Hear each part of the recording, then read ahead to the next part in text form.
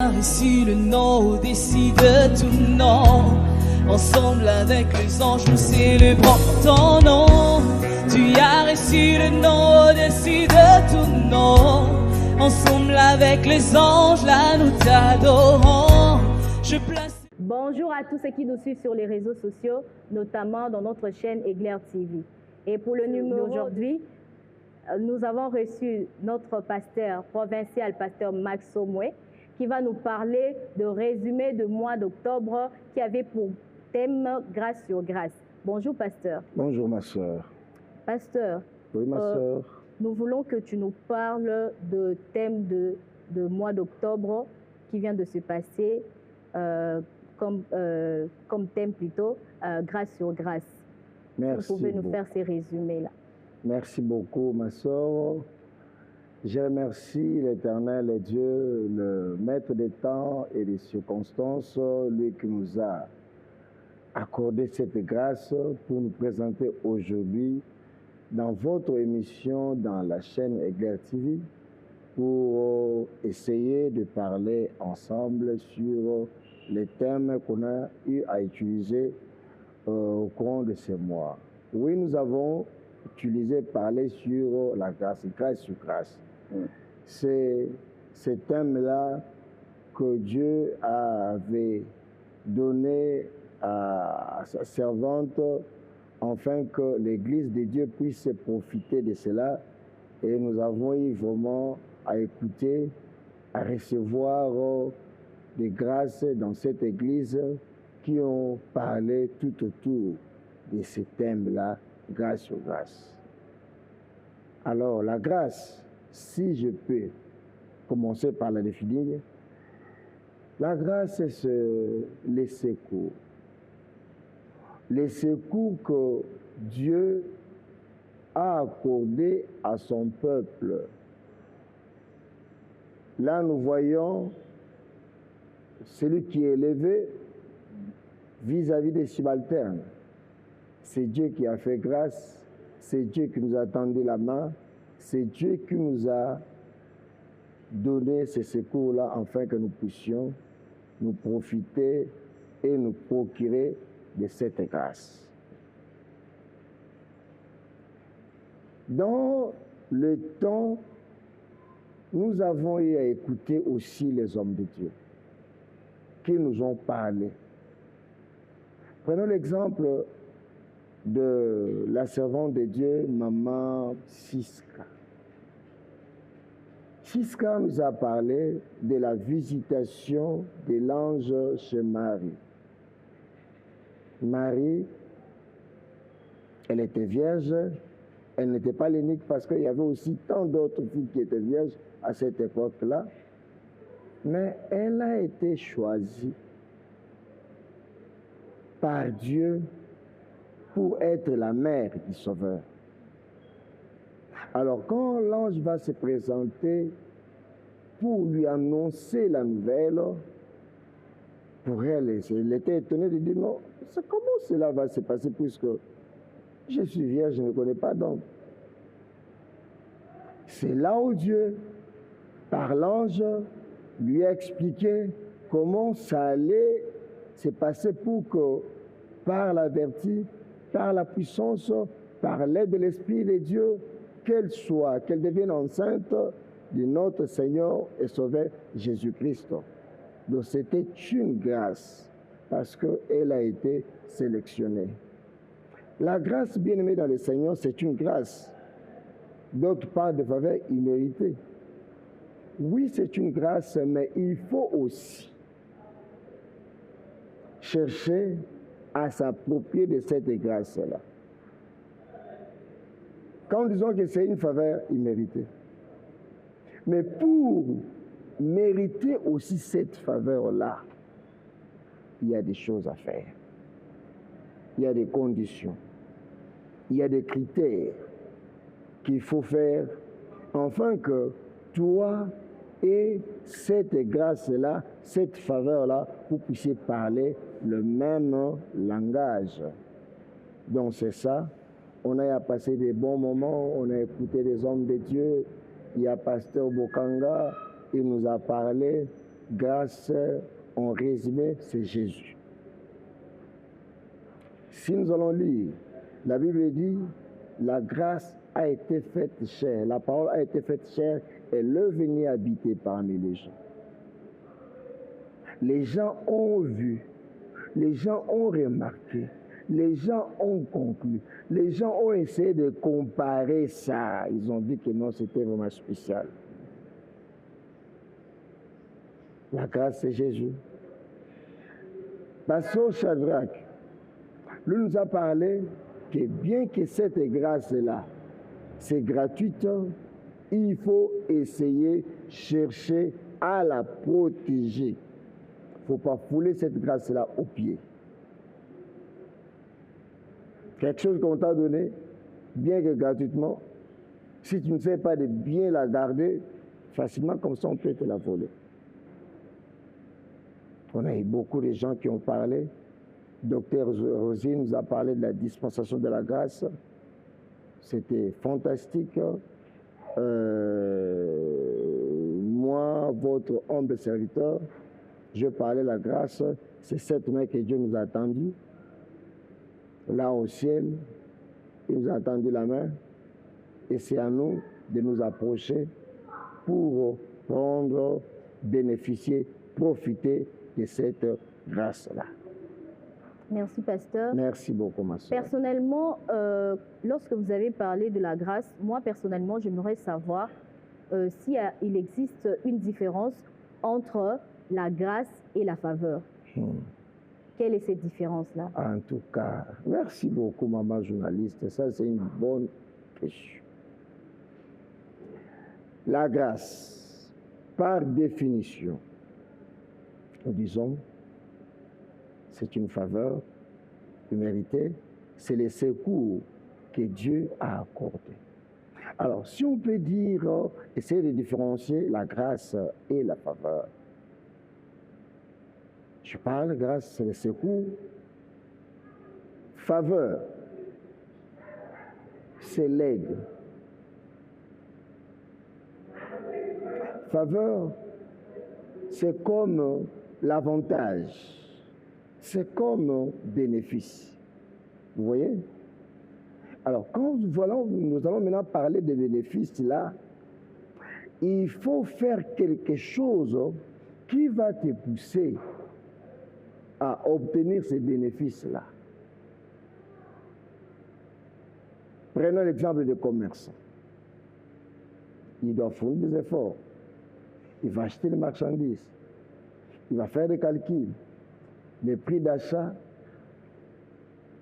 les prix de vente, en tenant compte des bénéfices. Alors, si on peut parler de la faveur dans la grâce, là, nous voyons que ce n'est plus quelque chose de gratuit. Il faut un certain nombre de principes pour bien maintenir cette faveur-là, pour bien maintenir cette aide-là. Donc Dieu a accordé sa grâce, il a ouvert la porte, il nous a appelés, il a envoyé Jésus, Jésus est monté à la croix, Jésus a versé son sang, Jésus a payé de sa vie pour que nous puissions être rachetés, sauvés, pardonnés, quitte à nous maintenant de profiter de cette grâce-là pour la rentabiliser. Quand je vais parler de bénéfices. Comment rentabiliser cette grâce-là? En marchant dignement de notre appel, en tournant le dos au péché, en refusant ce qui est contraire, ce qui est contre la grâce, et en cherchant à faire ce qui va plaire à Dieu. La Bible dit ceci: si vous êtes ressuscité en Christ, affectionnez-vous aux choses d'en haut et non celles qui sont en bas. Vous voyez maintenant, Christ est venu, vous l'avez accepté, vous êtes en Christ, cela ne suffit pas. On dit maintenant, pour que cette faveur-là puisse être bénéfique, on vous demande d'aimer, de vous affectionner, de pratiquer, de marcher selon la vision céleste et non la vision terrestre. D'accord, pasteur. Je crois que tu es convaincu. Oui, je suis convaincue de ce que vous avez dit. Maintenant, là, moi, j'aimerais savoir, vous avez parlé de rentabiliser. Oui. Maintenant, comment savoir, disons, un homme peut-il fournir des efforts pour attirer la grâce de Dieu? C'est ça ce que vous voulez dire par là? Je n'ai pas vraiment dit ça. Jamais quelqu'un, par ses propres efforts, peut procurer du salut ou peut être sauvé. Non. La Bible dit, nous sommes sauvés, au moins de la grâce par Jésus. C'est Jésus, la présence de Jésus, la venue de Jésus qui a rendu cette grâce-là possible. Vous voyez, sans Jésus, il n'y a pas le ciel. Sans Jésus, il n'y a pas la vie éternelle. Sans Jésus, il n'y a pas le salut. Alors, si Jésus n'est pas dans tout ça, parce que la Bible, ma soeur, du Genèse à l'Apocalypse, parle que de Jésus. C'est lui le centre, c'est lui le commencement, c'est lui le milieu, c'est lui la fin de toutes choses.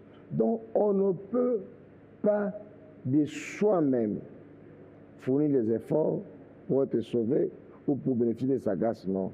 La grâce, c'est ce que Dieu nous a accordé. Nous, maintenant, quand nous procurons cette grâce-là, ça nous demande maintenant une façon de marcher selon cette grâce-là, selon ce que la Bible nous recommande, selon ce que... Je vais vous donner un exemple. Tu es accepté peut-être dans une entreprise pour aller travailler. D'autres passent des tests, toi, tu n'as pas passé des tests. Il y a quelqu'un, peut-être par reconnaissance, on t'a propulsé, tu es accepté là-bas. On te donne le papier, depuis, en date de ce jour, tu vas commencer à travailler ici. Mais quand tu arrives là, on te dit, ici, on marche comme ça. Il ne faut pas arriver en retard, il faut faire ça, il faut signer la liste de présence, il faut. Une fois respecter toutes ces conditions-là, tu seras aussi en bon terme avec tes supérieurs. Oui, nous avons la grâce, nous avons accepté Jésus, il faut maintenant marcher dignement. Non par nos propres efforts, parce que de nous-mêmes, il n'y a pas de salut, il n'y a pas la vie, le salut, la délivrance, la joie, la paix, tout ce qu'on peut avoir pour plaire à Dieu, cela vient de Dieu, c'est Jésus. D'accord, pasteur, merci pour beaucoup. toutes ces réponses. Pasteur, j'aimerais aussi savoir comment reconnaître une personne qui jouit de la grâce de Dieu. Comment reconnaître que cette personne jouit de la grâce de Dieu? La grâce, c'est une faveur. D'abord, on peut parler, ça c'est un langage chrétien, pour savoir que telle personne jouit de la grâce de Dieu. D'abord, il faut que Jésus soit dans la vie de cette personne-là. Alors, si Jésus vit dans cette personne-là, la Bible dit, vous reconnaîtrez l'arbre par ses fruits. Par le fruit maintenant, vous saurez que tel est sauvé, tel est chrétien, tel bénéficie de la faveur de Dieu. Parce qu'on ne peut reconnaître l'arbre que par ses fruits. Sans le fruit, quand on ne voit rien, quand il n'y a pas de signe, quand rien ne se présente là, comment on peut dire que tel a la grâce de Dieu? Oui. Jacques a dit, montre-moi la foi sans les œuvres. Moi, je t'ai montré ma foi au travers des œuvres. C'est au travers les signes, au travers les fruits, qu'on va comprendre que tel a la grâce de Dieu. Merci, pasteur. Maintenant, je voulais savoir, c'est lui qui bénéficie de la grâce de Dieu. Quelle doit être sa marche dans son comportement? Est-ce qu'il doit se pavaner pour dire que moi, je suis le préféré de Dieu, c'est moi qui jouis de la grâce de Dieu? Ou bien, comment cette personne-là qui jouit de cette grâce-là doit se comporter? Ma sœur, la Bible dit d'abord que Dieu résiste aux orgueilleux. Il fait grâce aux âmes. Il a dit, j'ai aimé Jacob, j'ai Ésaü. Vous voyez? Quelqu'un qui a la grâce de Dieu, cette personne-là doit continuer à craindre Dieu. À craindre Dieu. Aujourd'hui, ça me fait très mal de voir, d'assister parfois à ce qui se passe de honteux, de désolant dans les milieux chrétiens, dans les presses, dans les réseaux sociaux, parmi d'autres serviteurs de Dieu. Ils commencent à se comporter en ennemi de la foi. Vous voyez quelqu'un qui avait prêché autrefois la sainteté, maintenant commencer à se douter de ce qu'il avait prêché. Il y a eu le mélange. Il y a d'autres qui ont commencé à retrancher dans la parole de Dieu d'autres choses qu'ils avaient autrefois acceptées.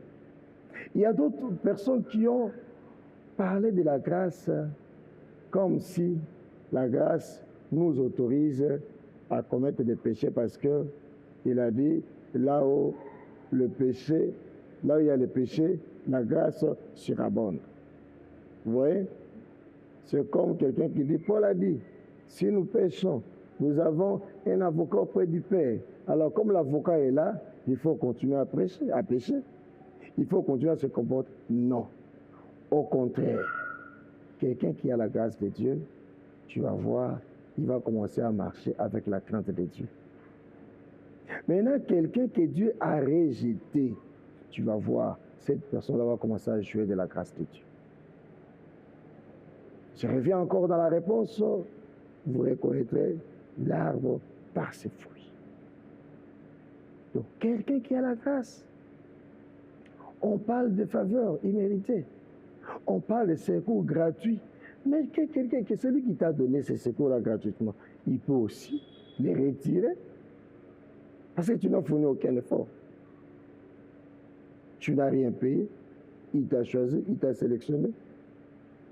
Il peut aussi te rejeter. Si tu ne marches pas très bien, en conformité de ton appel avec lui, vis-à-vis de ton appel. Donc, tu ne peux pas fouler aux pieds la grâce de Dieu. Au contraire, il faut marcher avec crainte.